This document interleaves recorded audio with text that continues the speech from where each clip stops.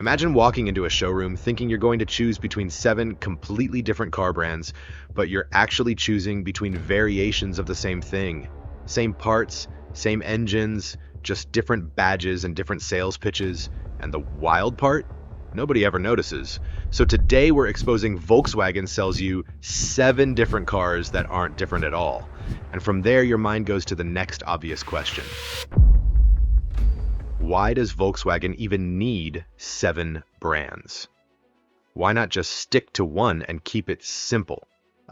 Because with 7 brands, VW Group basically has a car ready for every mood and every wallet. If you're trying to save money, they'll gently push you towards Skoda. Want something simple but still kind of nice? Boom, Volkswagen. Start earning a bit more and suddenly Audi feels like yeah, I deserve this option. Move into luxury and Porsche steps in. Go a level higher and Bentley shows up with a cup of tea. Want something loud and unhinged? Lamborghini will happily take your money. And if you're the type who probably owns a castle somewhere, Bugatti doesn't even need to advertise. 7 brands, 7 personalities. But at the end of the day, all of them are sending money to the same parent. But if these brands are all different, why do so many of their cars feel almost identical to drive? Because underneath the badges, they're literally built on the same platforms. Take the Audi A3. People buy it thinking it's this premium, I've upgraded my life kind of hatchback, but underneath, it's running on the exact same platform as a Volkswagen Golf. Skoda Octavia? Same story, same framework as the Golf, just stretched a bit and given a different personality. Seat Leon? Yep. Same foundation, same architecture, same everything that actually matters. Volkswagen has this system called MQB, and it's honestly one of the smartest tricks in the industry. Instead of building 7 totally different cars from scratch, they build one solid platform, then remix it. Different interiors, different styling, different marketing. Boom. 7 different cars that aren't really different at all. All right, one platform, whatever. But the engines must be different, right? That's what everyone thinks at this point.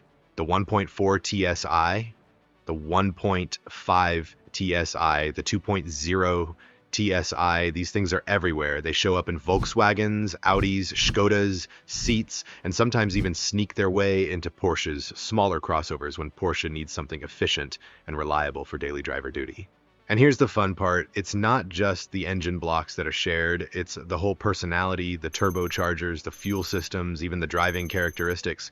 The same 1.5 TSI that feels calm and family friendly. And a Skoda suddenly becomes more sporty when Audi tunes it a little sharper and adds a fancy exhaust note. And that 2.0 TSI. In a Golf, it feels punchy and practical. In an Audi A4, it's enhanced with smoother power delivery and quieter insulation. Sometimes Porsche even borrows it because, well, even Porsche needs a good fuel-efficient engine for city roads. So you're not actually buying a different engine. You're buying the way each brand presents that engine. The sound, the throttle response, the tuning, the way the car makes you feel behind the wheel. So what exactly is the scam here? Is it that all these cars are secretly the same? The real trick here is value separation. Volkswagen Group takes the same basic machinery, the same engines, the same moving parts, and then slices the market into layers. They add a nicer interior here, a bigger screen there, maybe throw in some fancier headlights or a slightly cleaner dashboard design, and suddenly the price jumps because the badge on the front is more premium. But wait, if Audi charges way more, what are you actually paying extra for? Mainly design and interior quality. Audi isn't selling a better engine, they're selling a better feeling. The buttons just feel a little nicer to press.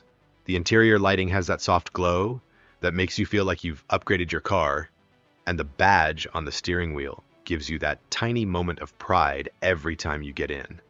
But mechanically, your Audi A4 isn't living in a completely different world from a Skoda Superb. They share way more than most people think. What you're really paying for is the experience, the way the cabin feels, the way the car carries itself, the way people react when they see the badge. The difference is mostly in the status and the vibe, not in the nuts and bolts underneath. If these cars share so much, why doesn't Volkswagen just admit it? Because if Volkswagen openly said that Audi, VW, Seat, and Skoda all share the same internal parts, the whole magic trick would fall apart. The illusion is what keeps everything running. It lets them sell a cheaper car to someone on a budget, and then sell the same mechanical heart to someone else for a much higher price, simply by giving it a nicer interior and a premium badge. Everyone walks away feeling like they bought something special, something different, something uniquely theirs. It isn't exactly lying. It's more like carefully not mentioning the parts of the story that would ruin the fantasy. A kind of strategic silence that keeps each brand's identity alive while all of them quietly share the same bones underneath. What about maintenance? Are you paying more just because of the badge? To be honest, yeah. Same parts, but completely different labor rates. An Audi service center can take the exact same brake pads you'd find on a VW or a Skoda and charge almost double just because the car rolled in with a premium badge on the grille. The parts aren't exceptionally stronger or more advanced. They're often identical right down to the part number. What you're really paying for is the whole atmosphere around it. The clean showroom, the fancy coffee machine, the leather couch in the waiting area, the feeling that you're being taken care of. The engineering doesn't suddenly get better because the logo changed. The bill just grows along with the brand's image. So what about Porsche? Surely a Porsche isn't sharing parts with a Volkswagen, right? Porsche Macan used the same platform as the Audi Q5 for years, and the Porsche Cayenne shares a ton of its core structure with the Audi Q7 and VW Touareg. Yes, Porsche tunes everything differently, but at the end of the day, you're just driving a modified Audi. If all this sharing is happening, what makes Volkswagen so good at pulling this off?